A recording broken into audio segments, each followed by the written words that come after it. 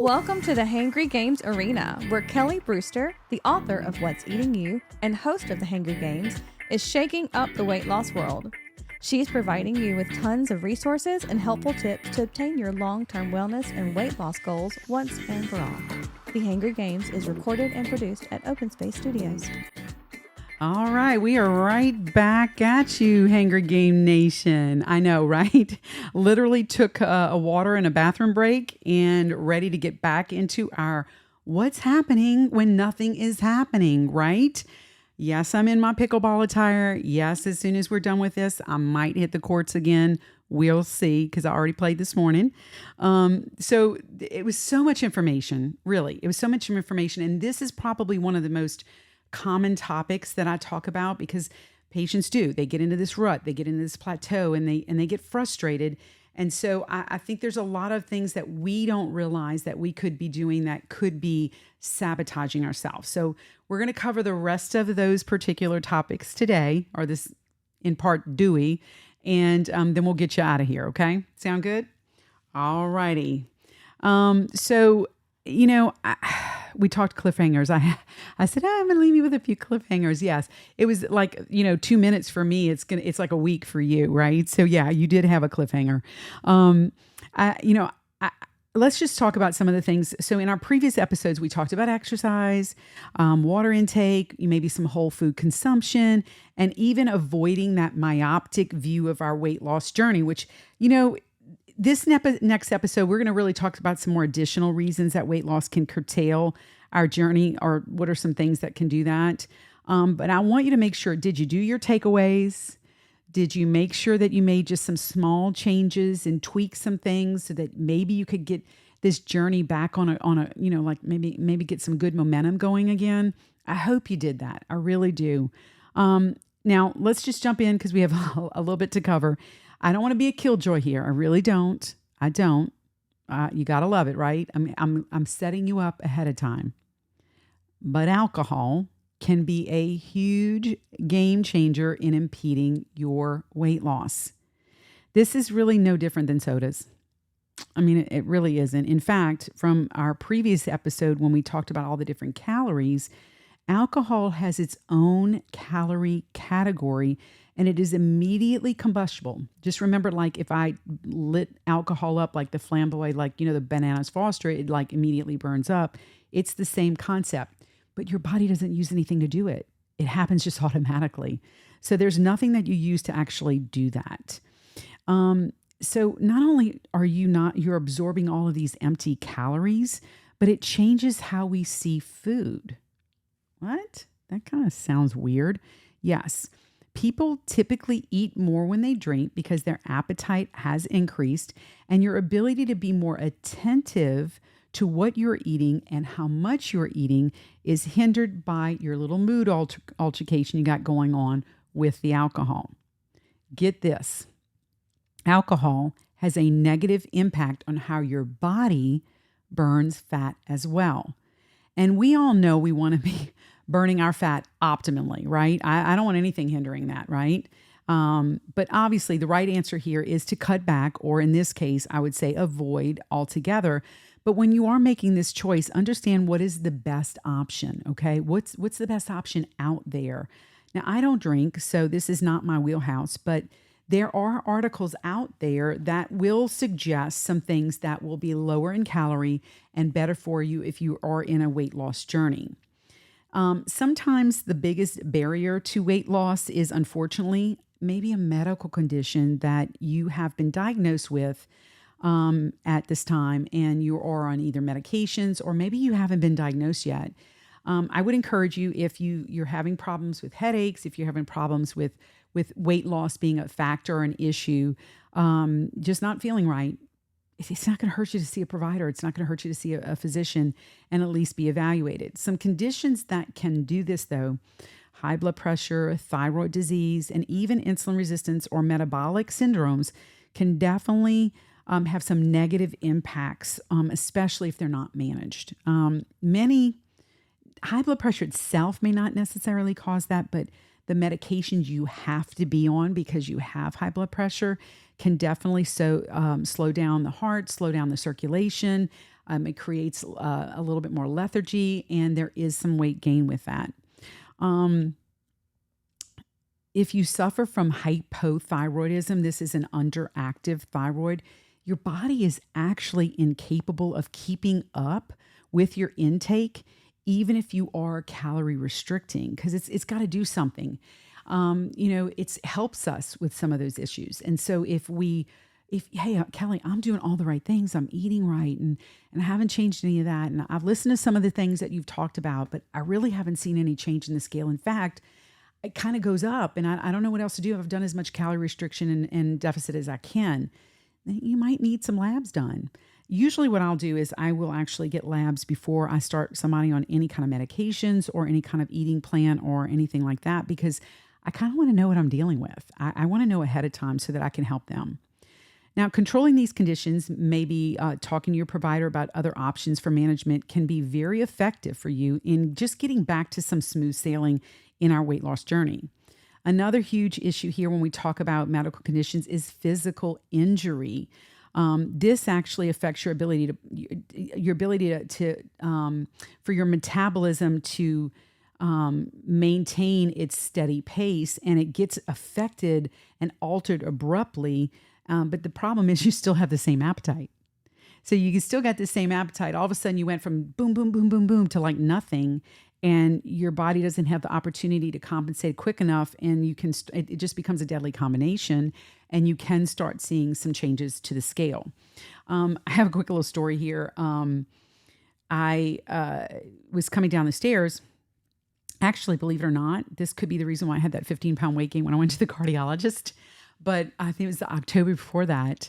And I was coming down the stairs in my socks. Yes, that is an absolute no-no. I do understand that. Okay, you don't need to email me the caution of stairs and socks. Okay, but yeah, I was coming down the stairs. I had stuff in both hands, and I just started crowd surfing without a crowd there. I just fell off the 6th step, kind of in a lateral position, and fell down. My husband was working on something on his laptop, and he said in the corner of his eye, all he could see was me just kind of just flying away.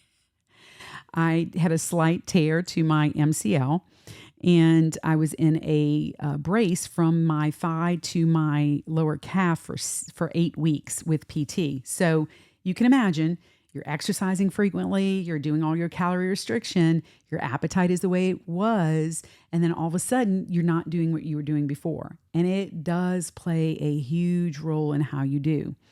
Now, if you have done everything you possibly can do and the needle just ain't moving, okay, talk to your provider, especially somebody that specializes in weight loss and metabolic management.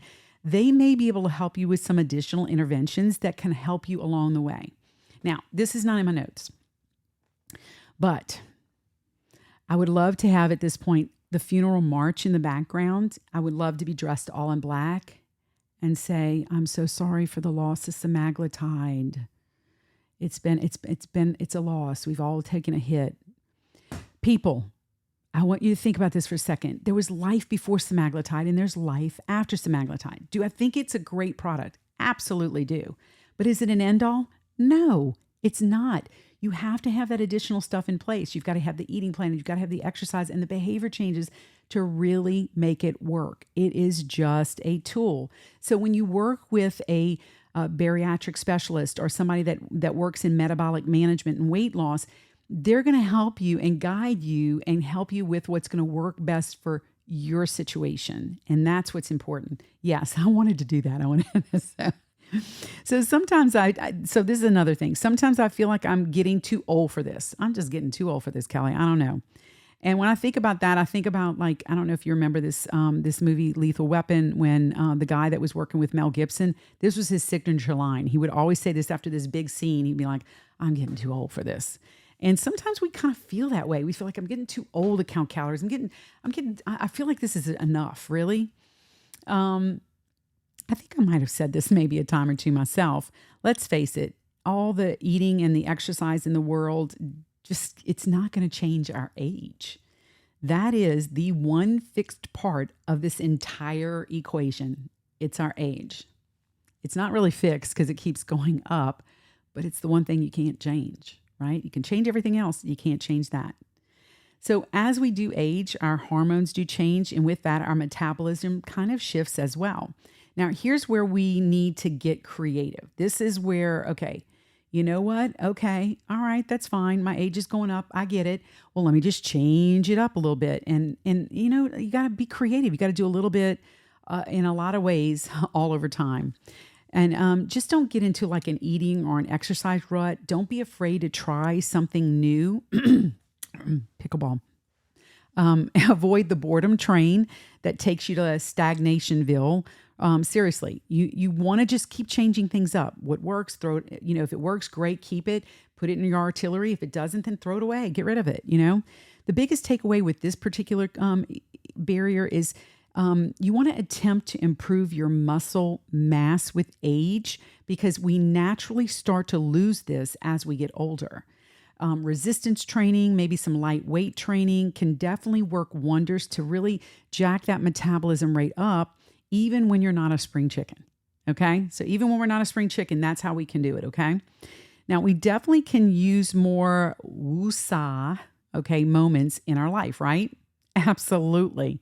So nothing can derail weight loss more than increased stress or even depression, anxiety in our lives. Stress, anxiety, depression often cause us to what? Emotionally eat, make reactive choices, and just kind of shut down. And we're just failing to execute those activities in our lives that were producing really great results. Stress eating is real, folks. It's real. When you're stressed, you're looking for your closest comfort to help work through it. And likely the candidates are, they're going to be Ben and Jerry and their close friend, Frappuccino, right? That's who you're looking for when you're going through all that. I know you know what I'm saying. Now, I am not a big advocate of blaming our cortisol levels on everything. That seems to be the ongoing trend as well. But this hormone does get affected by our stress.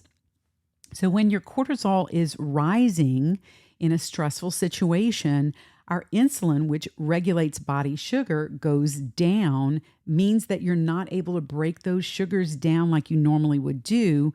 And so whatever you're consuming, you're likely going to just store. So how can I change this, Kelly? I mean, how do I reduce that? What do I do? How do I fix this? Honestly, that's a great, great question. We need more woosah moments. We really do. We need to take a walk outside, maybe change up our exercises, maybe adding a little yoga or some Pilates to that.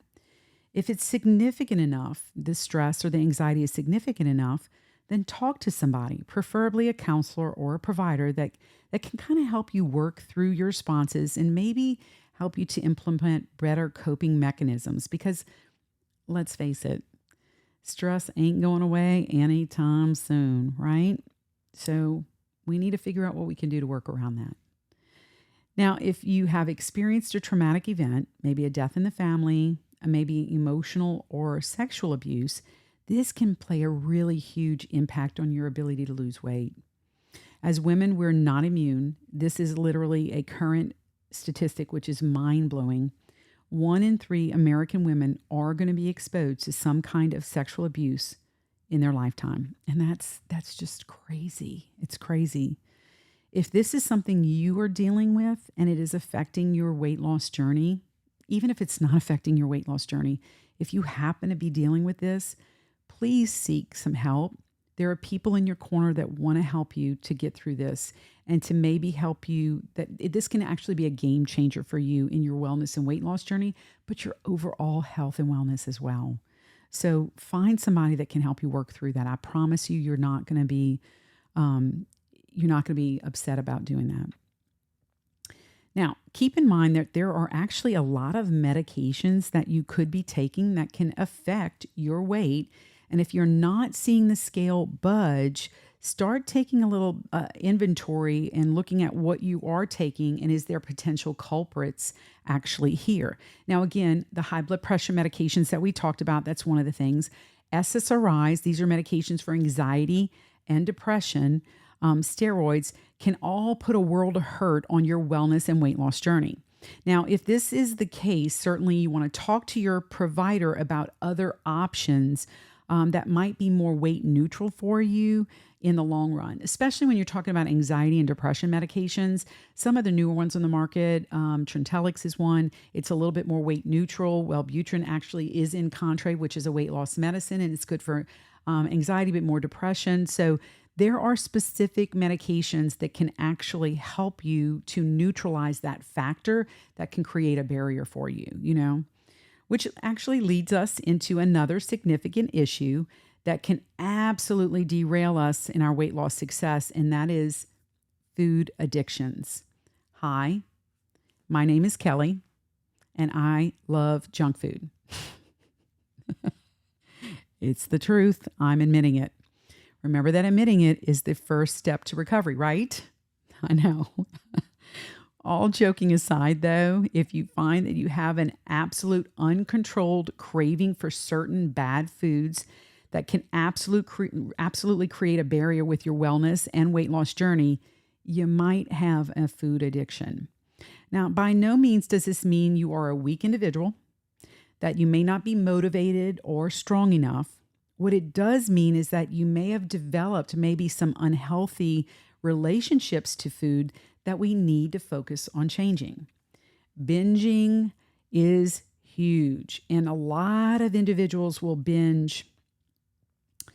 Binging is basically just, they don't eat for a while, or they do eat regularly, and then they get home and then they just eat nonstop for an hour and two or whatever, or they wake up at a certain time during the night and then they just start intake for an hour or two or whatever. I've got a lot of patients when I talk to them and I'm doing that initial assessment with them. This is one of the things I actually ask. And I don't ask, are you a binger? That's not what I do. I say, do you have times during the course of your day that you would eat more than usual? Which some of us can say yes to that, right? Do you think it's something that's creating a major barrier in your life? Is that a possibility? Do you think that it is something that you can't control? See, some of those are some of the questions that I might ask, but if some of those answers to those questions are yes, then we may be dealing with some binge eating, and there are certain medications that can actually be very beneficial in helping you, in working with you, that are not addictive, that are not dependent in nature or anything like that. So just reach out to your provider. They're going to have a lot of really good things for you that may be able to help you with some of that. So some individuals may find that they have incorporated intermittent fasting as part of their eating strategy, and they're not seeing a huge change in their weigh-ins. What is up? I mean, I'm fasting, Kelly. I don't get it. So the biggest issue with this certainly very popular trend is, what do you do when you break fast? Okay. So if intermittent fasting is it's not a magic potion. It's not this, it's going to solve all the world's problems. It is a tool, just like everything else. It's a tool, and and here's the thing. It's not going to instantly make you skinny. Neither are the ACV gummies. Just remember that, okay? Please make sure that you're still doing caloric restriction. That's so important. Making good food choices when you do break the fast. So if you break fast only to eat a cheeseburger, just move on. Don't use this. This is not the eating plan for you, okay? You want to eat filling, fibrous, high fiber foods, nutritious foods, those whole foods we talked about earlier, so that the intermittent fasting, it can really, when you do that, it can definitely be a difference maker for you, and especially with overall weight loss and long-term goals. This can be really helpful, especially, and if you're not a breakfast person, this can be really good as well. Take the time to eat. Be a mindful eater. And this is really big here. Take your time, work slowly through your meal, not like somebody's trying to steal something off your plate, okay? So just take your time. Now, we talked a little bit about this in part one, but you need to make sure you are doing calorie deficit the right way, okay? The worst thing in the world is doing something behind the 8 ball instead of ahead of it, What are you talking about? You got all this crazy talk that I don't even understand half the time. This is just how I roll. That's all I'm saying. But journaling ahead could be very huge here. What do you mean by journaling ahead? Plan your meals ahead of time, taking into account and making sure your calories are in check will remove that reactive choice that could bump you those numbers up more than you actually realize. Every little bitty thing matters. Everything matters when it comes to calorie counting. Something very helpful here is to start with small deficits, maybe 300 calories a day, and then you build up to maybe closer to 500 calories a day in deficit. Every little bit matters. Every little Hershey Kiss, every little Snicker bite, every little cup of coffee with creamer in it matters, okay? And you should, when you are doing a journal, all of that needs to be included, okay? If you want the needle to move in the right direction, that's something you might want to implement there.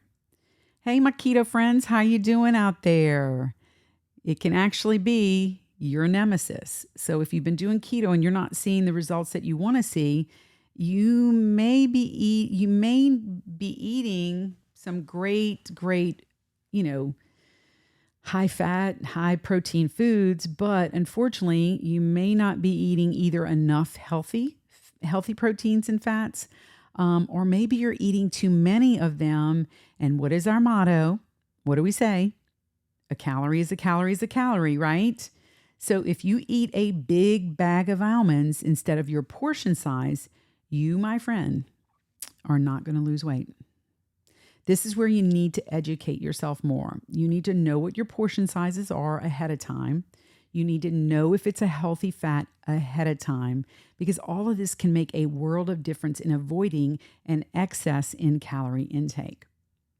So what about distraction, Kelly? I mean, does that play a role? Is that a barrier? It absolutely can be. So when you're distracted while you're eating, it can definitely cause you to overindulge in less than satisfactory food choices.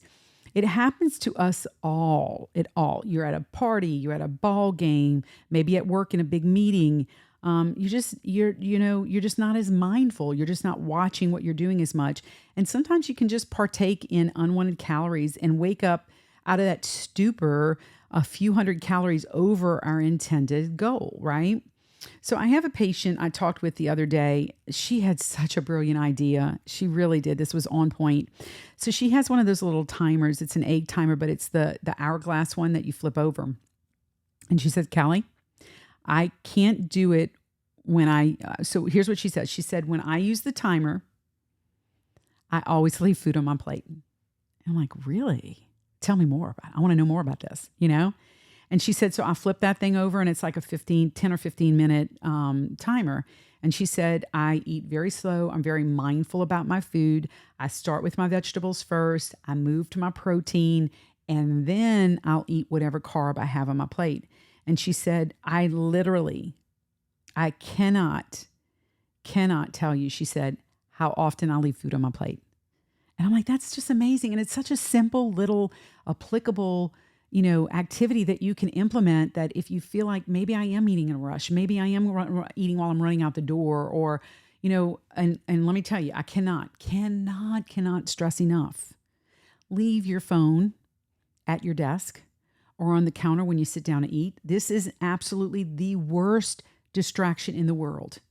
And so you get on there and you start scrolling and eating and scrolling and eating. And before you know it, it's all gone within the next 5 minutes or so.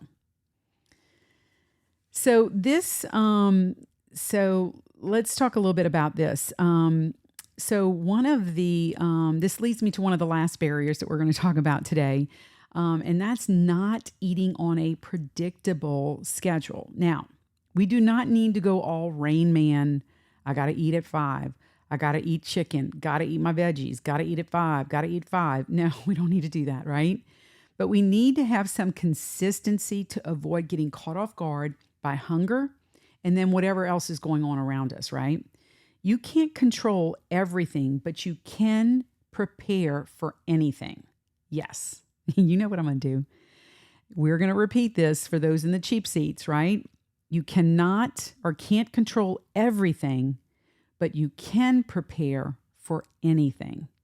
If you don't know what your day will look like, pack a bag. Make sure your purse looks like a healthy 7-Eleven on any given day.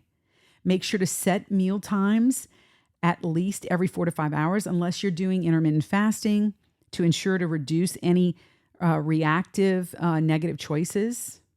Always, always, always have a backup. If you have been served a meal and it's definitely not carb conscious and it may be very high calorie, then pull back, pull away from it. Just walk away, grab one of your protein bars, and it is what it is, right?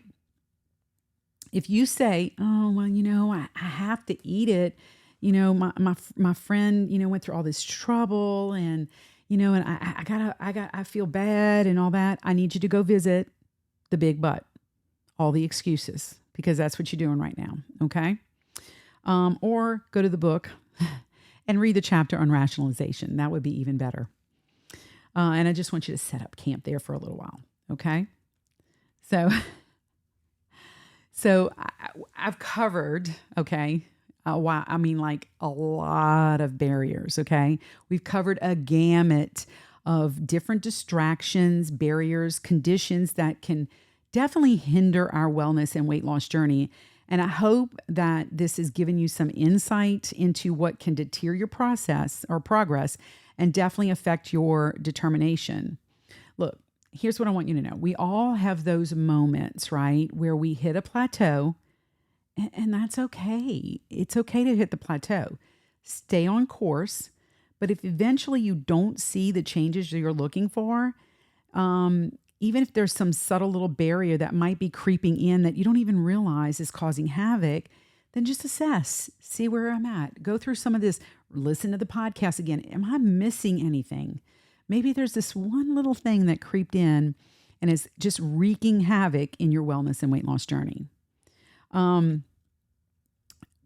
Just want to make sure I tell you this real quick, because I think one of the things I did not cover earlier is that eating more frequently does have its disadvantages. I think we talked about this a while back, but the trend back about 10, maybe 15 years ago was to eat these smaller, frequent meals. And for some, this was great, sustainable plan for them. But for many people, let's say most people, it really becomes this double-edged sword. Now, I think many individuals are really kind of leaning more into that, like I said, intermittent fasting, which again, you break the fast, you need to make the good choices. And I just wanted to make sure I talked about that. And there's a couple of things I wanted to make sure I am digressing. Let's put it that way. I am digressing. But I do want to make sure if you are going to do that intermittent fasting, I will say your choice to go with what method you are using, you get on board with, make sure that you're a candidate for that. If you are trying to do intermittent fasting and you have diabetes and you're on insulin, or you're pregnant, intermittent fasting is not for you. Okay. Now most can do like a 16-8 or a 14-10 and they do really good there. But again, you got to try it. You got to see. It may work, it may not, but if you have a barrier with anything that you're doing, some of these things can maybe help. The other thing I want to just mention here too is water. Water is huge. It's truly a game changer. Do I really need to carry around, they're like big, huge jugs that people have? I'm like, and they've got like all these little motivational sayings on them. This is a huge fad right now. I mean, huge, as well as the water jugs. They're huge too. And they got these little snippets on them about your progress through the course of the day. And I'm going to tell you something. This is a quick little story, but and it kind of sounds mean, but it wasn't. It was just a little joke, okay? But we had a lot of fun with it. We have a nurse at work. She's super healthy overall. Now, she does love her cookies. I'm just going to say that, and she knows who I'm talking about when I say that. But she had one of those big, huge jugs. I mean, it had to be it had to be about 18 inches high. I'm not joking. Anyway, so she was working on that all day long. I mean, she would drink and drink and drink. She's like, "Ooh, I'm almost to this point. Ooh, I'm almost to that point." Well, when she'd walk away, we would get some water and we'd put a little bit of water in and a little bit of water in. And she'd come back and God, I thought I was further along than I was. And she'd drink some more water. And of course, we couldn't keep up with the charades anymore. And we finally admitted to what we were doing. But she did just such a great job. And it does, can show a positive correlation between adequate hydration and weight loss. Now, I do recommend at least 2 liters a day. And coffee does not count as your intake, okay? It doesn't. So make sure you're getting good fluids. Make sure it's not, it doesn't have a lot of stuff in it. I usually will do either sparkling water. I have water right here, and I just kind of carry it around with me. The ice stays like ice it's for forever. So I always feel like it's cold. I always feel like I have something with me. And so sometimes, you feel like you're getting hungry, and then you drink a little bit, and then you realize, I actually wasn't hungry. I was actually thirsty. So I do want you to try to get about 2 liters in a day. And sometimes we don't realize that water is one of our barriers. Maybe we are not getting in as much as we think we should. So, okay, now I'm done. I promise this time I'm done. It's just so much stuff, and I wanted to make sure I covered everything. So our takeaways are essentially the same as last week. We have covered enough that I think you can go through these and probably find a couple of things, if not a few things, that you can shore up in your weight loss and wellness journey, and just start making some small changes that over time can lead to what? Big results. Please don't forget to check out theprepfort.com to get our latest and greatest, all the news updates and the recipes that come out. If we've got any new book signings coming up or anything like that, please make sure to sign up for the podcast that you're listening to so that we can give you notification of when a new episode drops. And always remember, this is your race. It's your pace, okay? And if something is causing you to fall off the trail, then that means let's kick that puppy to the curb and get back on track, okay? Have a great one. And remember, may the odds always be in your favor. I'll talk to you soon.